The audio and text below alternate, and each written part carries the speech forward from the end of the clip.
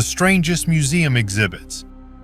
The museum is the place where, in general, all the finds of archaeologists fall, where anyone can take a closer look at them. I will tell you about such exhibits more. The photo shows the upper body of an ancient Celt who was sacrificed almost 2,000 years ago. At the time of death, the guy was about 20 years old. They killed him rather harshly, although at that time such a death was a sign of special mercy. Before the sacrifice, his nipples were cut off, he was cut into pieces and burned. Another thing is interesting. The guy had very well groomed nails, which means that he was someone from the ruling elite. Severe Gauls thus sacrificed the leader when his term of office approached. And 20 years for the leader was considered the sunset of a career. This lamb on wheels is at least 150 years old. It is creepy not only by its appearance, but also by the legends that it has acquired during its stay in the museum. The staff of the Canadian Museum considers the lamb cursed and assures that they hear sounds at night, how his chariot creaks, and the watchmen go crazy with fear, turn on loud music so as not to hear how the lamb moves around the museum. Of course, this is most likely a local horror story, but this toy still looks creepy. And this is the real heart of a sheep. No longer a toy, it is completely studded with pins, nails, and needles. And this heart played a very important role. It protected its owner from enemies. To be honest, I don't quite understand how such a creepy, nasty piece of meat with pins can protect from enemies. Maybe it's because I'm not good at magic. This bone is considered ritual in Tibetan Buddhism. It's not as simple as you might think. This bone with a knob is capable of making an amazing sound, kui-ruru. This bone, like the previous amulet, is also capable of scaring away evil spirits. The material for its production is the human tibia bone. Buddhists believe that the bones of girls are better suited for this. Who are we to argue with Tibetan Buddhists? In order for the set to be complete, it is also necessary to have drums of 2 skulls. The incorrupt body of the saint. In August 2024, the tomb of Saint Teresa of Avila was opened for the first time in 111 years. Crowds gathered in the Spanish Basilica to see what, by all the laws of biology, should have disappeared. But the body of the nun, who died in 1582, remained incorrupt. The face is visible, the limbs are preserved, and most importantly, there is something inexplicable. Strange calcium spikes protruding from the feet as if the bone itself continued to live. To open the sarcophagus, 10 keys were needed, kept by different authorities: the Duke, the monastery, the Vatican. The access system is more reminiscent of a ritual than technical protection. Scientists studied the remains, compared them with photographs from a century ago, and could not find a logical explanation for such a level of preservation. Her death was recorded in the monastery of Alba de Tormes. She walked there despite the intense pain, and shortly before her death, she said, "I have reached the house of death." After that, absolute peace, silence, and now, centuries later, a body that refuses to decompose. Believers talk about a miracle. Researchers talk about a phenomenon. But the question remains, if flesh can survive centuries without rotting, what do we really know about the boundary between life and death? 3 skulls and technological devices.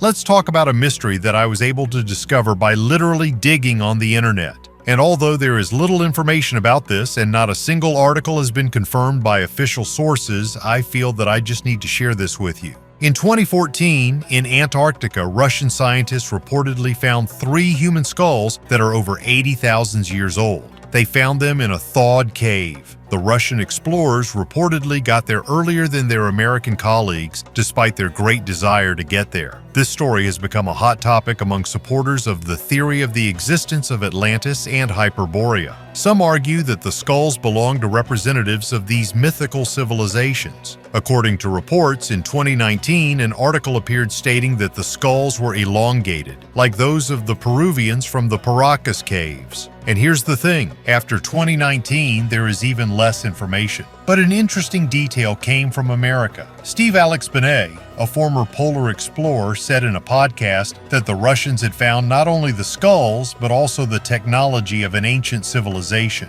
Moreover, he suggested that this civilization could be extraterrestrial. Maybe it's all just a fantasy, but let's pretend it's true. Then the Russian polar explorers found the technology of an ancient civilization, perhaps even aliens. And it is not surprising that the Academy of Sciences is trying to hide this information. If all this is true, then the polar explorers delivered these artifacts to scientific institutes where they are currently being studied. And who knows, we may soon learn about new technological breakthroughs thanks to their work. So let's wish the scientists good luck and dive into the next archaeological stash together. Thou shalt not steal, but they did. In the quiet English village of Little Steeping, someone broke into a church at night. They took away several ancient Victorian frescoes, and among them was the most ironic of all, a table with the 10 Commandments. Among them, of course, was the inscription, "Thou shalt not steal." The church warden, 80-year-old Basil Harwood, just threw up his hands. Probably the thieves wanted to study the commandments better, but apparently they did not read them all. They took not only the frescoes, but also an old painting of Moses, and even an ordinary extension cord. Perhaps it just happened to be at hand, or maybe it was a sacred object. The police, of course, began an investigation. But the story itself is almost a joke, when reality makes a plot better than any script. Alien's hand.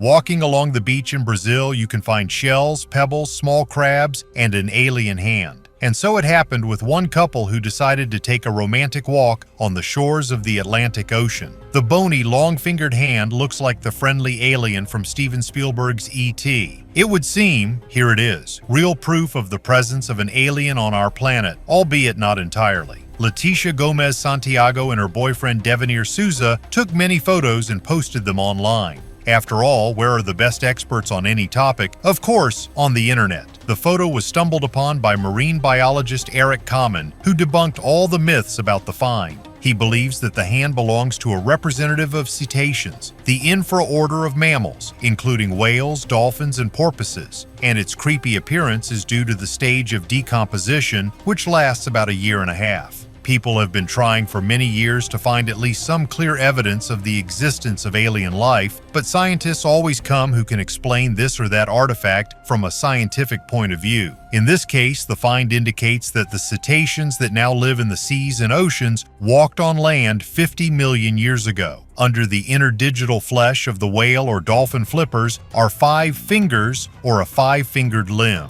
This is found in humans, amphibians, and a number of other animals, which indicates their common ancestor. A couple, in addition to photos, took a video of their hand to show how big it is. The biologist believes that this is part of a dolphin, of which there are a lot. Usually, such bones should not be removed from the beach, so as not to interfere with the natural cycle of nutrients in the ecosystem. But scientists are in a hurry to study the recently deceased animals to find out the exact cause of death. After all, this may not be the accidental death of one dolphin, but the emergence of a mass epidemic or the extinction of animals due to the release of harmful substances into the water. From the study of dolphins, we will smoothly move on to the treasures of the Aztecs.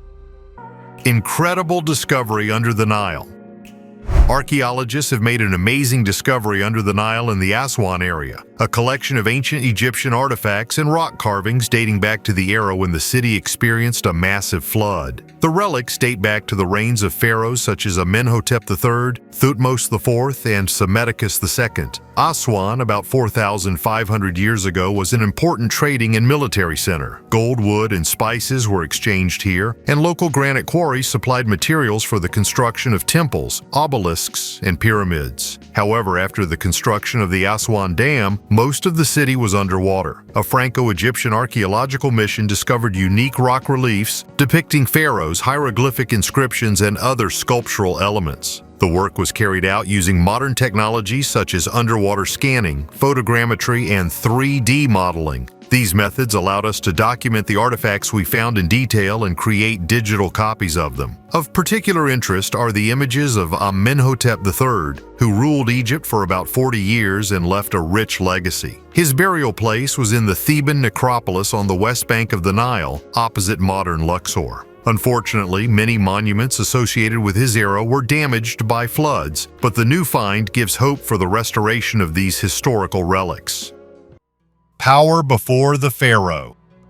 When I began searching for whether the Roman model was repeated in other civilizations, I deliberately went to where power had always seemed most sacred: Egypt. If anywhere the person and the mechanism were supposed to coincide, it was where the pharaoh was considered a god. But Egypt turned out to be the most disturbing confirmation that Rome was not the exception, but the rule. The official history of Thutmose III appears impeccable. He is called Egypt's greatest military leader, a conqueror who expanded the state's borders further than anyone before him. He reigned for over 50 years, winning dozens of campaigns and creating an empire. But if we look not at the end, but at the beginning of his reign, a gap appears, which is usually explained with a single line and then quickly ignored. For the first 20 years, he does not rule. Formally, he is pharaoh, but real power lies in the hands of Hatshepsut.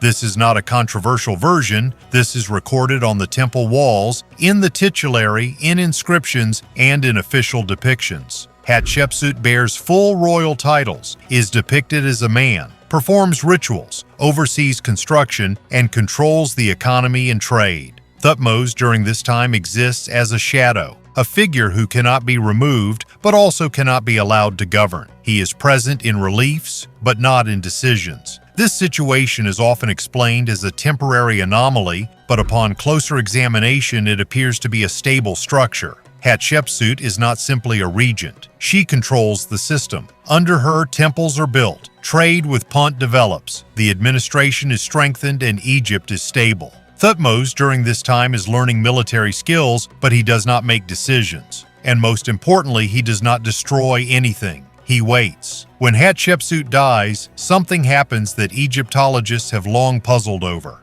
Several years after her death, the systematic erasure of her name begins. Reliefs are knocked down, cartouches are carved, statues are smashed, images are slashed. This isn't spontaneous revenge or a fit of rage. This is careful, long-term work spread out over decades. And it doesn't begin immediately, but only after the system has already come under Thutmose's control. And here the same question arises as in Rome. If Hatshepsut was a usurper, why wasn't she destroyed immediately? Why did they wait? And if Thutmose was a true ruler, why did his greatness begin only after the man who held the system together disappears? When you look at the campaigns of Thutmose III chronologically, it becomes clear that they occur after Egypt has been fully stabilized. He doesn't build an empire from scratch, he uses an existing administrative machine. The economy is functioning, supplies are established, officials are trained, temples are resourced, logistics are in place. This allows him to wage continuous military campaigns,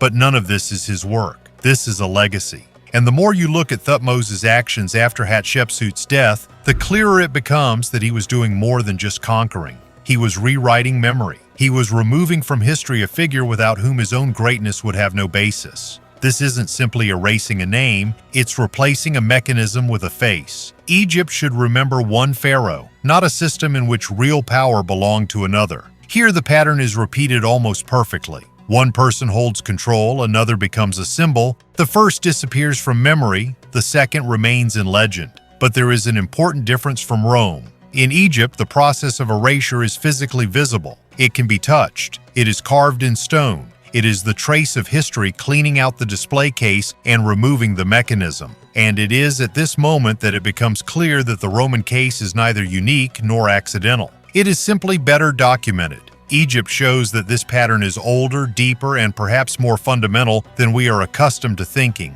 If even in a civilization where the ruler was a god, power could be divided between an individual and a system, then this isn't unique to Rome. It's a basic construct of power that repeats itself regardless of culture, religion, or era. After Egypt, I found it hard to see Augustus as an exception. There were too many similarities, and then I realized that what we need to look for next isn't similar biographies, but similar consequences. Because if this pattern is real, then there must be moments in history when the mechanism disappears, but the individual remains, and then the system begins to collapse. And such moments do exist. They simply aren't connected. The secret of the forbidden book of Enoch. There is one book in the world that is considered forbidden among all believers. All the churches in the world do not even want to say out loud the name of the forbidden book. This book holds many secrets and has acquired a lot of legends. And now it is already difficult to say what was true and what was not. The Book of Enoch is an apocrypha dating back to the 1st century BC. For the first time, believing Christians learned about this book in the 18th century. A secret scripture has been found in the Ethiopian Bible. However, the Pope and all the clergy forbade giving official status to the ancient text and including it in the canonical books. The book contains one of the most mysterious and controversial religious texts in the world. Although in scripture it is referred to by the Apostle Peter, Tertullian, Clement of Alexandria, and Origen, and even this could not break the Vatican and force it not to ban the book. The author of the ancient book is the Old Testament patriarch Enoch, the seventh descendant of Adam. He talks about completely different events that caused the flood. Perhaps this information confuses the Pope. The Bible mentions that Enoch was 365 years old when he entered heaven. In heaven, he learned about the kingdom of God and received knowledge that he could pass on to mankind. After that, many angels descended to the earth who saw the most beautiful women and took them as their wives. In response to this, God became angry and decided to wash away their sins with the Great Flood. For thousands of years, people have been trying to understand the meaning of the scriptures. Indeed, if children were born from the connection of angels and earthly women, then they were real giants, from 5 meters or more. Angels taught people how to create weapons and gave them secret magical knowledge. However, nothing good came of it. Humanity only destroyed each other. God, seeing what was happening on earth, warned Noah about his decision to cleanse the earth of the godless, leaving only the righteous. The Lord sent the angels into the darkness before the last judgment. The giants themselves destroyed each other, and that time was the beginning of a new human era. Until now, the knowledge presented in this book has been carefully studied not only by religious people, but also by scientists and even ordinary readers. Indeed, after reading this book, many questions and theories of the origin of mankind arise. This book indicates that the Lord came to earth from another world and populated it with people. Such a theory of the origin of mankind does not coincide with any of the accepted in different religions. This book once again receives the status of mystery and mysticism. Man-made giant under the ice. Under the thickness of Antarctic ice at a depth of several kilometers, scientists have recorded a structure that cannot be accidental. The length is 300 kilometers. The shape is geometrically precise. The density is comparable to metal. Nature does not create such objects. The discovery was made by an international team led by geophysicist Andrew Carlson. Satellite data and radar showed something that resembles either an artificial structure or an unsolved catastrophe of past eras. The scientist himself admits, "This can change everything we know about our planet." There are few versions. Either it is a ship or a city or a natural anomaly that should not exist. Some suggest that perhaps we are talking about the remains of a prehistoric civilization or an extraterrestrial one. Drilling is impossible for now, but a new expedition is being prepared. And if it is allowed, perhaps we will touch for the first time on what has been lying under the ice and silent all these years. Little Holland, underwater. Underwater archaeologists have finally managed to determine what kind of ship rests at a depth of 32 meters near the English coast. Until today, this ship has been listed everywhere as unknown ship sunk off Eastbourne. Now, after many years of research, it was possible to establish that this is Little Holland. This is a Dutch ship of the 17th century which was engaged in the transportation of marble, was built in 1656. In addition to its intended purpose, the ship participated in all major battles of the Second Anglo-Dutch War. The ship was discovered in 2019 and immediately the ship received the status of a super important find and was provided with the highest level of protection. Studying a 17th century ship allows you to look deep into the maritime history of that period. There were treasures on the ship which will be lifted ashore and, after all stages of study, sent to the museum. The history of shipbuilding in England and the Netherlands is very exciting. After all, these countries created the best ships of that era. In addition to some of the treasures on the ship were cannons, Italian marble, and Italian ceramics. Marble had to get to the Netherlands for the construction of prestigious houses. For some, it may not seem like a significant detail to find out the name of the ship, but in fact, this is the most important discovery. Thanks to the many historical records about this ship, historians already have all the information. In this way, it becomes much easier to understand who it belonged to, what it was used for, where it was going, and why it ended up at the bottom. The story of the ship is a real historical fact, but what about ancient Greek myths? The forgotten color of Egypt. Almost 5,000 years ago, the Egyptians created something that has eluded all who came after them. It's not a temple or a ritual, but a color, Egyptian blue. It was the first artificial pigment in human history. Its recipe disappeared after the Roman Empire. For centuries, people tried to replicate it, but to no avail. Only recently have scientists managed to recreate it, with the help of modern microscopes, high temperatures, and almost blind persistence. The pigment was made from silicon, copper, calcium, and sodium, heating it all at 1,000 degrees. But the most amazing thing is not in the composition, but in the result. The recreated samples turned out to be complex, heterogeneous, with unique properties. Egyptian blue not only retains its brightness after thousands of years, it emits near-infrared light. That is why it is now being studied not only by archaeologists, but also by technology developers. For protection, for analysis, for use in technology. It turns out that the ancients knew more than we think, and perhaps they used these properties for more than just beauty. Sometimes color isn't just paint, it's a language. And if we decipher it, we'll hear something much more ancient than the pyramids themselves. Stash in the lost city of myths. It's nice when the ancient city of myths turns out to be a reality and really hides treasures. One of these cities was found by archaeologists in Greece and is called Shadows. Historians had information about this city only on the basis of myths. But if you believe the ancient Greek myths, then the Minotaur must be somewhere as well. Therefore, scientists were skeptical about the ancient Greek texts. During the excavations of the City of Shadows, researchers found several ancient caches with coins, and this no longer looks like a myth because the coins are real. An accidental discovery was made by local residents in 1984 when, while digging a well, they stumbled upon an ancient sarcophagus. While specialists in the study of official history arrived here, marauders had long known about this place, and partly the ancient city had already been plundered. Either the marauders were not persistent, or the loot was enough for them. The archaeologists still had enough material to further study the city. They found a large public building from the Roman period with complex stonework. During the study of this building, archaeologists found a cache with 18 silver and copper coins, and nearby in another cache there were 2,100 different coins. Their approximate age is 6th century AD. Near the city necropolis, a team of researchers unearthed a Roman burial with an underground burial chamber. Inside it, archaeologists found a 1st century BC coin minted in Corinth, a bronze coin from Athens of the classical period, a lamp depicting the god Ares, a glass incense burner, an urn, a bowl, and a lamp, and a child who was buried in the tomb. The most recent mention of the City of Shadows was in an ancient text by the geographer of the 2nd century AD, Pausanias. He believed that the city was built by Trojan prisoners of war around 1100 BC. If there is a real story in the myths of ancient Greece, what about the sagas of the ancient Vikings? Keep watching. Fish scale armor.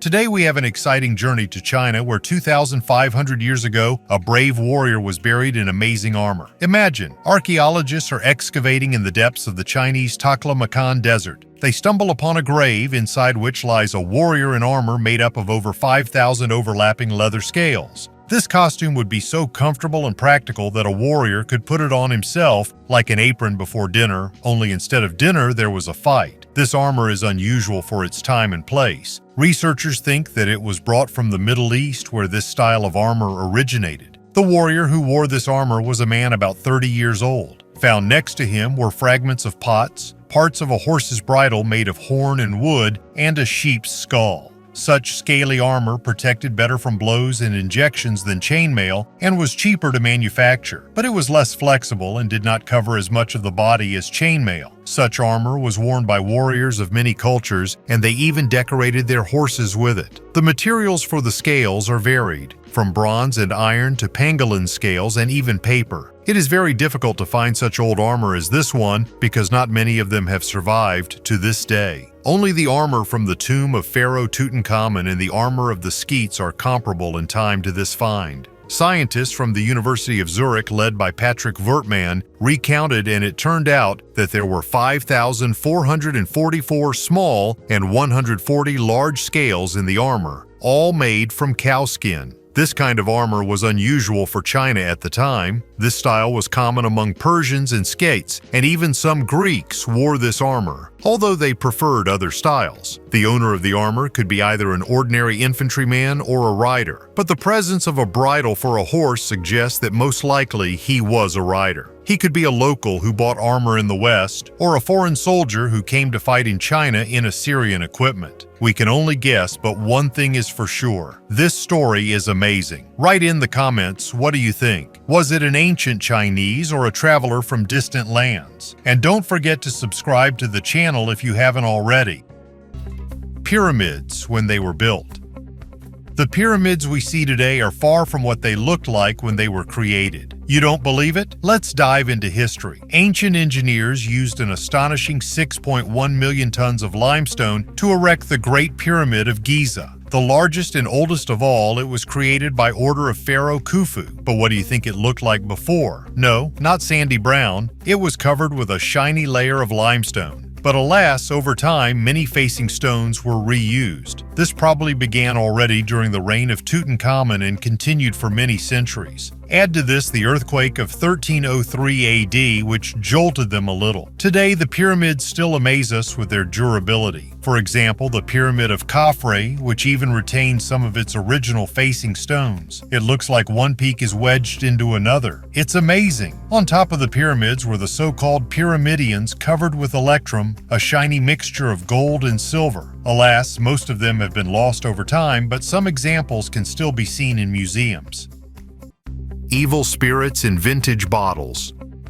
For many centuries, superstitious people have believed in mysticism and witchcraft. This is confirmed by the artifacts that archaeologists often find in England. In clay and glass bottles, researchers find strange things: needles, nails, fish hooks, nails, and even hair. These objects are called witch bottles. In ancient times in England, people believed that such a bottle could be a trap for evil spirits. They believed that hair and nails acted as bait, and metal objects could capture the spirit. At the moment, more than 200 such artifacts have been found in Britain, and they are also found in the USA, which is logical. After all, North America was once colonized by the British. Therefore, the culture and history of the last centuries in these states is similar. Most often, such bottles are found after the demolition of old houses. The residents of the house hid bottles of hair and nails next to the fireplace, so they caught all the evil spirits that tried to enter the house through the chimney. In fact, a lot of such bottles were found, just often the workers did not suspect what they had discovered. Basically, they considered it garbage and sent it to the landfill. And those workers who suspected what this could be immediately got rid of the mystical artifacts that were fraught with curses. In England, in addition to houses, similar artifacts are found in the fields next to old fireplaces. Most often, people begin to believe in curses and witches when political upheavals occur in the country. People have fear and uncertainty about the future. By burying bottles in the fields, people try to save themselves from the drought. Superstitious people warn archaeologists to stop studying and breaking cursed bottles, because in this way they can release an evil spirit. There are stories on the net in which scientists died after studying such artifacts, but most likely this is either fiction or an ordinary coincidence. After all, scientists and archaeologists are people like you and me, and therefore they can also get sick and die. Archaeologists were able to discover the next find after a severe drought.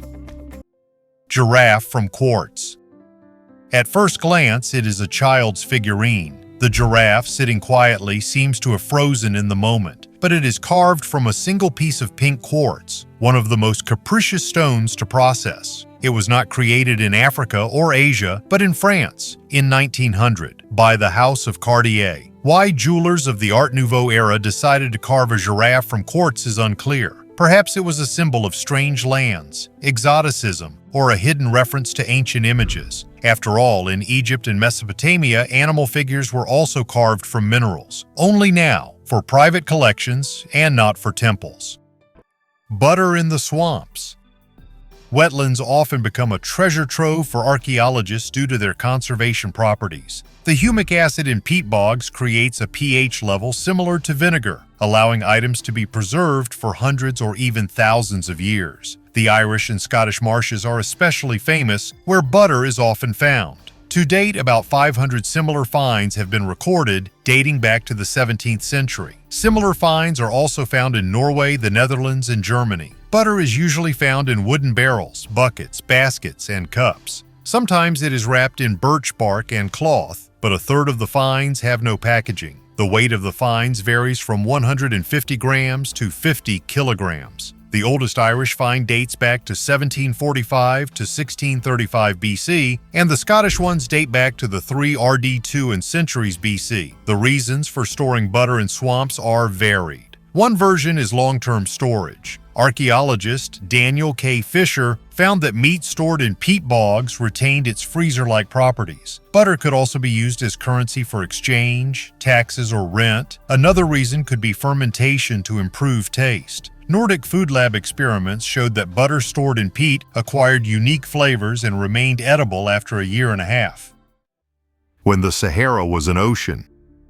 Now it seems lifeless. Endless sand, sun-baked rocks, rare caravans. But once upon a time, millions of years ago, the Sahara was completely different. It was an ocean. The Tethys Ocean is huge, warm, inhabited by ancient creatures. Ammonites, sea urchins, corals, giant reptiles. All this lived where today, lizards barely survive. Under a layer of sand, imprints of seashells, layers of limestone, and fragments of coral are still preserved. Geologists have found traces of deltas, channels, coastlines, everything that says water once splashed here. But the ocean is gone, and in its place another story arose. Hundreds of thousands of years later, people settled on this land. Some of the most ancient, whose name still sounds through the sand, the Berbers, or as they call themselves, the Amezi, descendants of those who survived the climate change, the disappearance of rivers, the drying up of lakes. They stayed when others left. Their rock paintings in Tassili and Ager are a real library of prehistoric consciousness. People hunting with bows, holidays, scenes of love and war. Even the image of creatures with rounded helmets seems to be from another reality. Some believe that this is an allegory, some believe it is evidence of contacts with another mind. But the essence is the same. When the Sahara was still breathing, the Berbers already knew how to tell their stories. They knew where to find water, how to survive when the days are hot and the nights are icy. They ruled Numidia, traded with Rome, fought with Egypt, and then they disappeared from the map, but not from the earth. The Arab conquests drove them out of the cities into the desert and mountains. But the culture survived. To this day, in remote villages, the Berber language is heard and memories that are thousands of years old live on. And in the desert itself, there are traces of a past that is much more ancient. Stone mushrooms. At first glance, they are just rocks. But if you look closely, the shape is striking. A massive cap of hard stone rests on a thin, corroded stem.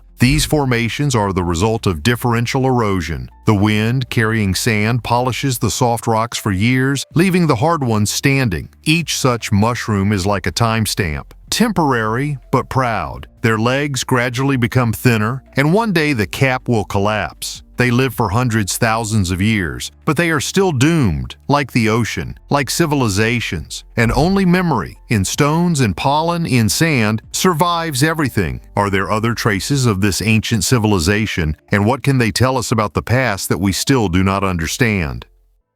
Pompeii managed to preserve history.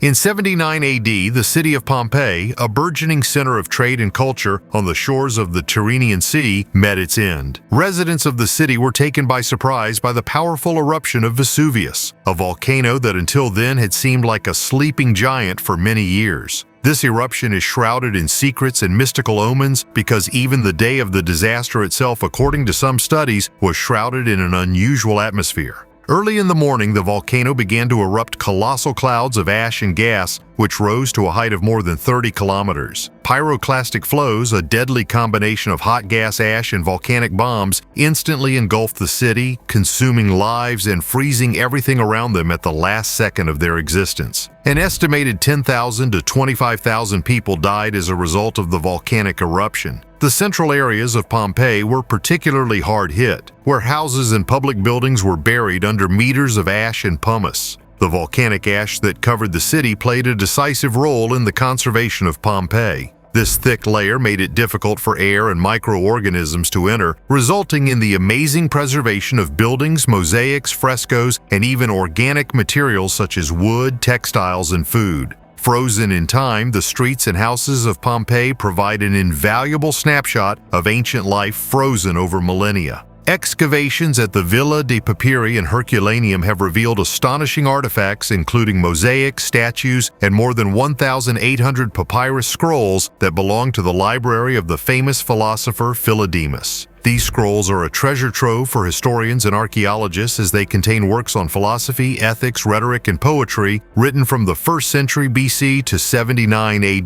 The study of these documents opens new pages in understanding the culture and spiritual life of the ancient Greeks and Romans, illustrating the sophistication of their thinking and breadth of knowledge. Modern technology plays a key role in studying these ancient texts. Techniques such as virtual unrolling and X-ray scanning allow scientists to read papyrus scrolls without physical intervention, eliminating the risk of damaging these fragile materials. Thus, Pompeii continues to be a testament to tragedy and at the same time a time capsule, providing a unique window into the past.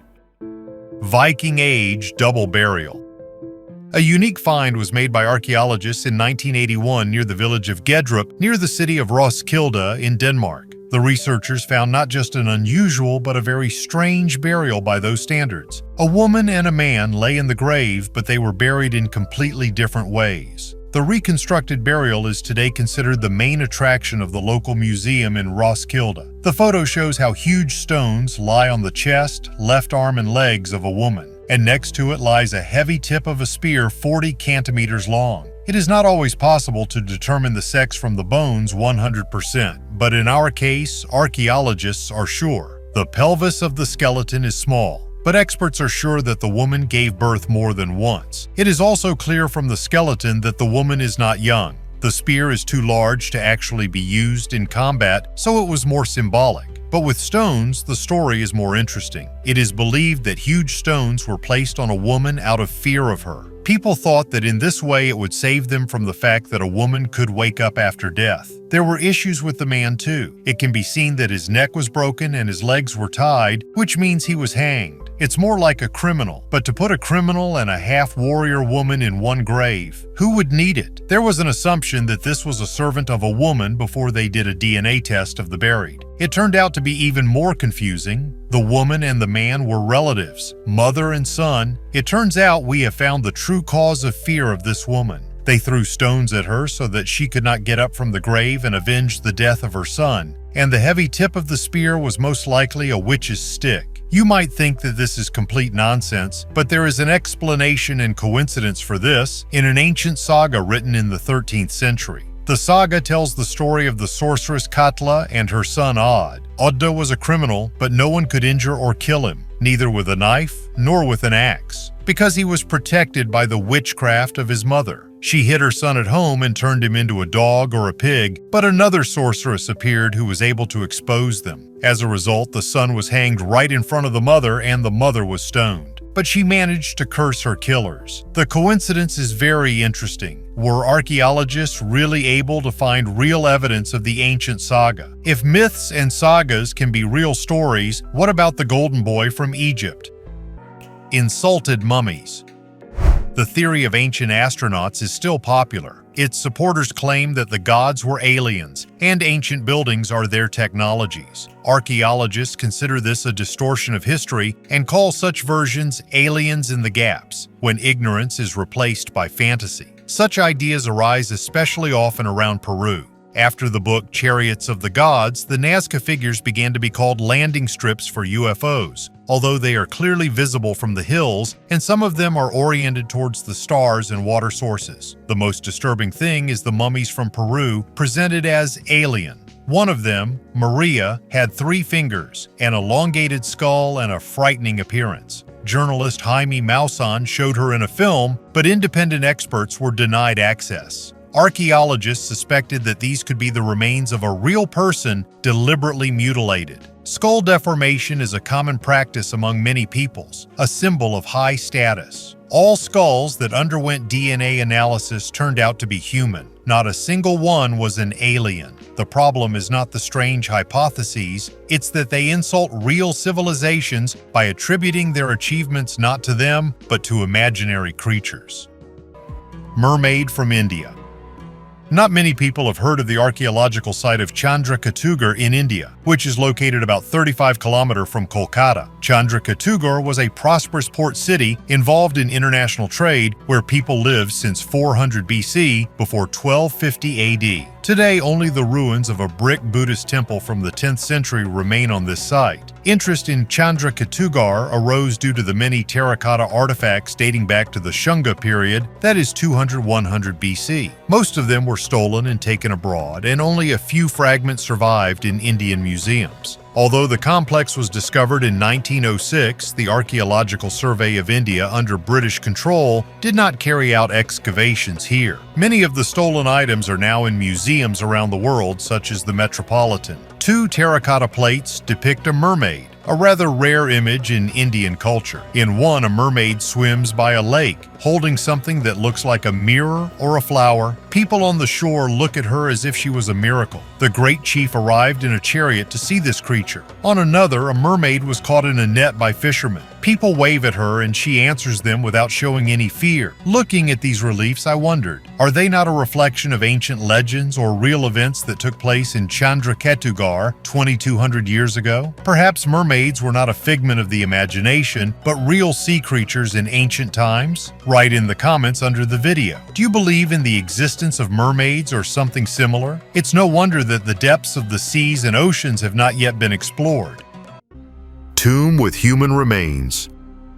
Incredible discovery straight from the heart of Oman. Archaeologists have found an ancient stone tomb in the desert which is over 7,000 years old. Just think about it. It was so long ago that even dinosaurs have already become extinct. In this tomb, they found the remains of dozens of people who lived in those ancient times. This place is located near the city of Eni-Afun in the center of Oman, close to the coast. But do not think that there are palm trees and sandy beaches. Around only a harsh rocky desert. Archaeologist Elizabeta Danielisova and her team from the Czech Institute of Archaeology in Prague have been digging in the sands of Oman for years, unearthing the country's ancient secrets. They even discovered a stone axe that could be over 1 million years old. Can you imagine what secrets these stones can hold? But their research is not limited to just one tomb. They also study ancient drawings on the rocks nearby. These drawings were made thousands of years after the tomb was built. What will they tell us about the lives of those people who lived here thousands of years ago? We don't know yet, but we'll definitely find out later. A mineral that no longer exists. This stone weighs only 1.6 carats, but its price is literally incalculable. Kyawhite is the rarest mineral on Earth. It was discovered by accident in Myanmar, in an ordinary market. Scientists have found out that its composition and crystal lattice are not found in nature anywhere else. At all. Not before, not after. The color is amber brown. The structure is like an alien object. Under the microscope, there are hollow tubes inside, formed by pressure and time. Today, Kyawhite is stored in a Los Angeles museum. This is not just a stone, it is a mistake of nature, and perhaps a trace of an ancient geological event that science has not yet even guessed about. But what if this mineral is not just an accident of nature, but something deeper? What if its composition hides the answer to questions that we have not even asked? Lycurgus Cup. The Lycurgus Cup is a unique artifact of antiquity, combining high art and complex technical implementation. This Roman glass goblet dates back to the 4th century AD and serves as a striking example of the ancient craftsmanship of glassmaking. The peculiarity of the cup lies in its ability to change color under different lighting conditions. In reflected light, the cup appears green, but when illuminated, it takes on a rich ruby red hue. This effect is achieved thanks to gold and silver nanoparticles in the glass. The image on the cup is based on Greek mythology and tells the story of Lycurgus, who tried to kill Ambrosia, the son of the god of wine Dionysus. The image shows how the vines generated by the vineyard entangle the body of Lycurgus, making it impossible for him to move. The Lycurgus cup is now kept in the British Museum. It serves not only as a magnificent example of ancient art, but also as evidence of the high level of knowledge of ancient artisans in the fields of chemistry and optics. Accidental discovery of Tutankhamun's tomb. Back in 1922, an archaeologist named Howard Carter encountered the greatest discovery of his life. In the Valley of the Kings in Egypt, he discovered the tomb of Tutankhamun. which contained more than 5,000 precious artifacts. But do you know that this expedition might not have happened? Western archaeologists have been exploring the Valley of the Kings since the beginning of the 19th century. When the First World War began, the excavations were suspended and did not achieve great results. At this time, the Earl of Carnarvon, or George Herbert, who financed these excavations, appears on the scene. He was disappointed by the lack of discoveries and was ready to cut off funding. But in 1922, he decided to give a chance to Howard Carter, who was sure that there was something important in the Valley of the Kings. This was the last excavation season in the valley. Working tirelessly, Carter and his team almost lost hope until November 4th, 1922, they opened the tomb of the pharaoh Tutankhamun. It was a huge discovery that surprised the whole world. In the tomb, they found more than 5,000 valuable artifacts that had been lying untouched for 3,000 years. In Carter's book, which was later found, was the address of the Earl of Carnarvon, thanks to whom these excavations took place. The Count unfortunately died the year after the discovery from complications from a mosquito bite. 50 years after Carter's discovery, many of the treasures from Tutankhamun's tomb were on display in the British Museum. The exhibition was so popular that it was extended for 6 months. Over 30,000 people visited it in the first week. On the first day of the exhibition, people stood in line for more than 14 hours to see these unique artifacts. Interestingly, in 1921, Howard Carter was a guest of the Earl of Carnarvon in his castle. This is confirmed by the population census of the time. It's funny that the profession of an archaeologist was not mentioned in Carter's documents. He was called an artist. After Tutankhamun's tomb was completely cleared in 1932, Carter decided to retire from archaeology. He died 7 years later. There was an amazing story about how perseverance and self-confidence led to one of the most important discoveries in the history of archaeology. The path to discovery is not always straight and easy, but it is stories like these that show that even the most difficult obstacles can be overcome. Bin Bin Stone. This amazing artifact inspired the Egyptians to create two of the greatest achievements of their architecture, the pyramids and obelisks. Imagine a pyramid-shaped sacred stone called a bin or pyramidion. Every day, the first rays of the rising sun fell on it, endowing everyone around with strength and enlightenment. This stone was kept in the religious center of Egypt, Heliopolis, where, according to the ancients, the creation of the world began. However, at one unknown point in history, the original bin stone disappeared. This stone was associated not only with the gods Atum and Ra, it was also associated with the Bennu bird, which, according to myths, screamed on the bin stone, announcing the beginning of the creation of the world. Through these connections, the bin stone became an integral part of the solar temples of ancient Egypt. The Egyptians covered it with gold, and the stone reflected the sun's rays, filling the temples with light. This stone became the prototype of the tops of obelisks and pyramids, which we can still observe while walking through the museums of the world. Mysterious stumps on the seashore.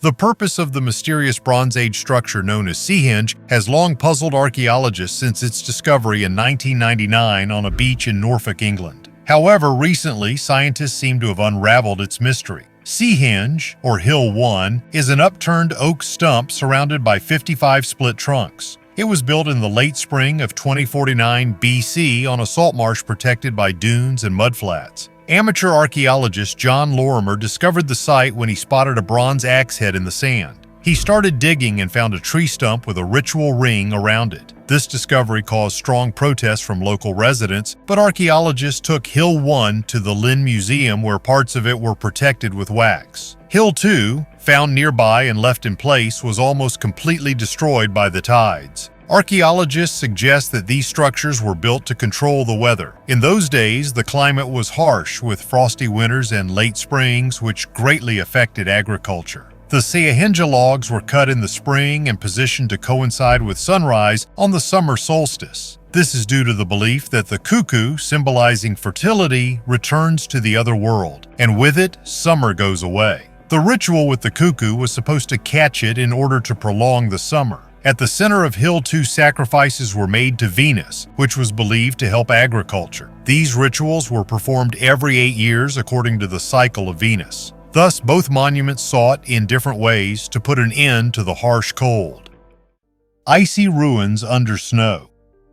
We are used to thinking of the Arctic as a place where only icy emptiness reigns, lifeless, empty, devoid of traces of civilization. But what if this is not so? What if under the thickness of glaciers there are not just traces of long-vanished peoples, but entire lost cities? Satellite research in recent years has led to the discovery of anomalous forms under the ice crust, which may indicate ancient ruins hidden deep in the depths of the north. These cities, according to some scientists, may be much older than the earliest of the civilizations known to us. Mesopotamia, Egypt, ancient India, all these peoples could have been simply a continuation of something greater and more mysterious than we can imagine. How is this possible? How could it happen that such cities are hidden under a multi-kilometer layer of ice? Today, these anomalies are at the level of hypotheses, but each new study only strengthens the mystery. Satellite images taken in the most remote corners of the planet show strange shapes and lines that resemble the structure of buildings, streets, and even entire cities. And if these hypotheses are confirmed, what if these glaciers are not just barriers but burial grounds of ancient civilizations? Ice caps that hide not only climate change but also forgotten epics of humanity. Surprisingly, perhaps these cities were victims of global catastrophes that preceded the ice ages. After all, is there anything more ancient than what is preserved by eternal ice? This question excites scientists more than ever. And perhaps if we unravel the mystery hidden under centuries-old ice, we will revise not only the history of our civilizations, but also the very understanding of how our world developed. An example of mysterious blue.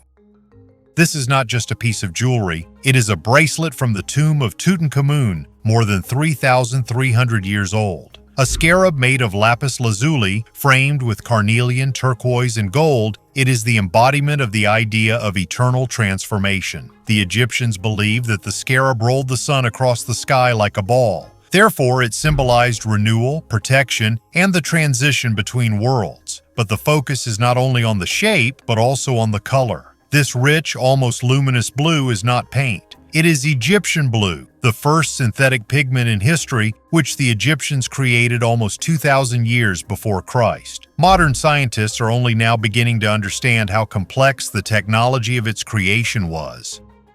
Sarcophagi. Archaeologists have discovered unique tombs and funerary masks that are as much as 4,500 years old, and they were found next to the pyramids of Giza in the heart of the ancient necropolis. Several tombs from the era of the Old Kingdom were found there, the oldest of which dates back to the 25th century BC. Ancient inscriptions and decorations have been preserved in it. In one of the tombs was Pehuenk, a senior court judge and priest of the goddess Mot. He directed the rituals of purification in the pyramidal temples of the kings Khafre, Userkaf, and Niuserre. The second inhabitant of the tomb is his relative Nui, a nobleman with 5 court titles and a priest in the temple of Khafre. The excavation began in August 2018, and in order to reach these tombs, they had to move about 450 cubic meters of sand. Some tombs were plundered in antiquity but were reused for burials in the 7th to 6th centuries BC. Thanks to this, amazing works of art, magnificent clay, and wooden funeral masks were found among the late wooden sarcophagi, and all this was found near the cemetery of the pyramid builders. This proves that the pyramids were built not by slaves, but by ordinary people who were buried next to their kings. Tomb of the last Anunnaki king. Gilgamesh, king of Uruk, is one of the most important and mysterious figures in the history of ancient Mesopotamia. He not only became the central figure in one of the oldest epic poems, but also left a deep mark on culture and religion. Gilgamesh, whose name is still surrounded by mysticism, was an outstanding ruler whose achievements became the basis for many myths and legends. During his reign, Gilgamesh was known as a great builder, strategist, and warrior. He is credited with creating the massive city walls of Uruk, which protected the inhabitants from enemies and natural disasters. These walls, according to legend, were so impressive that the gods themselves took part in their construction. In addition, the reign of Gilgamesh is associated with a period of economic prosperity and cultural flourishing, which made Uruk an important center of the ancient world. Gilgamesh became a central figure in mythology thanks to the epic poem about his exploits known as the Epic of Gilgamesh. This literary monument, found in the library of the Assyrian king Ashurbanipal in Nineveh, describes the travels and adventures of Gilgamesh, his struggles with natural and supernatural forces, and his quest for immortality. This poem is not only an essential source for the study of ancient Mesopotamian culture, but also reflects the eternal human aspirations and experiences. Archaeological finds confirm the historicity of Gilgamesh.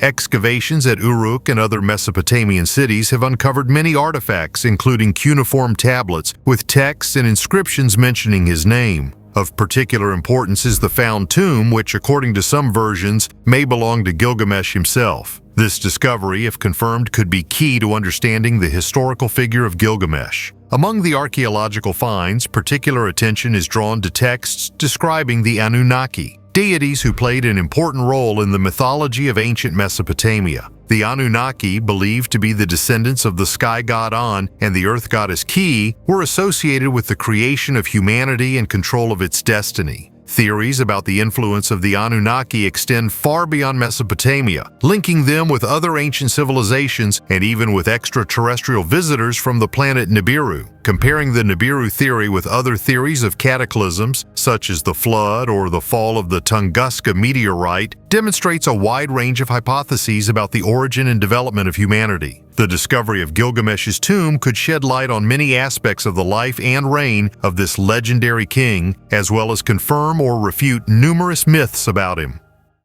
The city that shouldn't exist.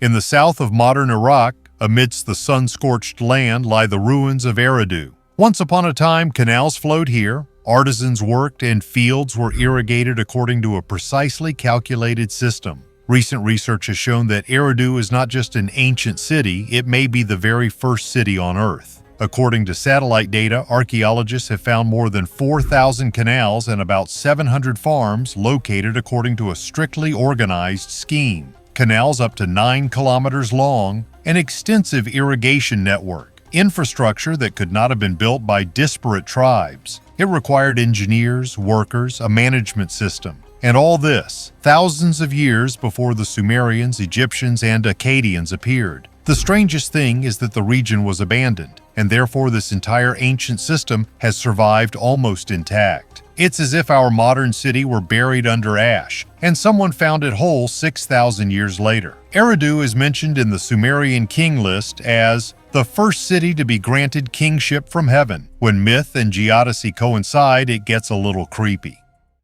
One of the oldest books, the Crosby-Cheyenne Codex, a rare manuscript that revolutionized the study of Christianity, was sold on June 11, 2024 at Christie's in London for nearly $3.9 million. Created in mid-4th century Egypt, this codex contains biblical and other early Christian texts, making it unique for the study of Christian history. The codex was found along with more than 20 other manuscripts near Dishna, Egypt in 1952. These documents are known as the Bodmer Papyri, named after the Swiss collector Martin Bodmer. The codex includes 5 early Christian texts in Coptic, including the earliest known texts of the Book of Jonah and 1 Peter. These texts are important for understanding early Christian literature and culture. The codex represents an early example of the transition from scroll to book. The codex consists of 104 pages of papyrus that were previously sewn together but are now behind protective plexiglass. This transitional period is important for the history of writing and books as it indicates the evolution of writing technologies. The codex was rewritten by the same scribe, probably an Egyptian monk, in the 3rd century AD. He used freshly cut reeds as a feather. The preservation of the codex is explained by the dry climate of Egypt, which allowed it to survive more than 1,700 years. This find is 800 million years old. This find has been the subject of debate among scholars for many years. For some time, everyone forgot about it. People were simply tired of proving the reality or mythical nature of this find. Some zealously argued that the woman is real, others argued that this was a lie. However, now they are talking about this beauty again, and they are trying to prove that the woman belonged to some very ancient civilization. But let's take everything in order. Miners near the village of Rzhavchik, Tisulsky district, Kemerovo region in Russia, worked at a depth of 72 meters, and at the bottom of the mine they found a strange oblong object, about a meter wide and more than 2 meters long. It was like a sealed box, and it would seem nothing unusual. They lifted the marble coffin out and tried to open it. Let me remind you that the find was found at a depth of 72 meters. For several days, massive miners tried to open it. Inside was a young woman, tall, beautiful, with open blue eyes and delicate skin. Her hair is chestnut red, her nails neatly trimmed. She was immersed in a clear bluish liquid and seemed to be asleep, not dead. Not bad, so the story intersects with the previous one, isn't it? The woman was wearing a dress but no underwear. People from all over the village came to see the woman and even came from nearby cities. To better examine it, they took it out of the liquid, and before our eyes it began to turn black. After a short time, she already looked like an ordinary old corpse. The scientists who arrived at this place immediately realized that such a find could completely change the history of mankind. After conducting radiocarbon analysis, scientists determined that the woman was immersed in a marble coffin and buried in the Carboniferous period of the Paleozoic era, millions of years before the advent of dinosaurs, long before the formation of coal on the planet. It is for this reason that the coffin has grown into a layer of coal and ended up so deep underground. They called the woman the Tisul Princess. They say that after this event, the place was mothballed. The military gathered here and completely buried the mine and closed access here. The 6 miners who discovered the princess died under strange circumstances, as often happens. Rumor has it that more similar burials were found near this place, but nothing is known about them. Let this story be fiction and let's say nothing like it happened. And all these are tales of local villagers. However, in reality, there are many stories about other finds that are hidden, that disappear, that they try to interpret absolutely illogically. So there is someone who is trying to stick to one official story. Do you admit that the story that happened to the Tisul Princess could at least partially be true? Write your opinion in the comment below the video. Thanks for your views. Bye everyone.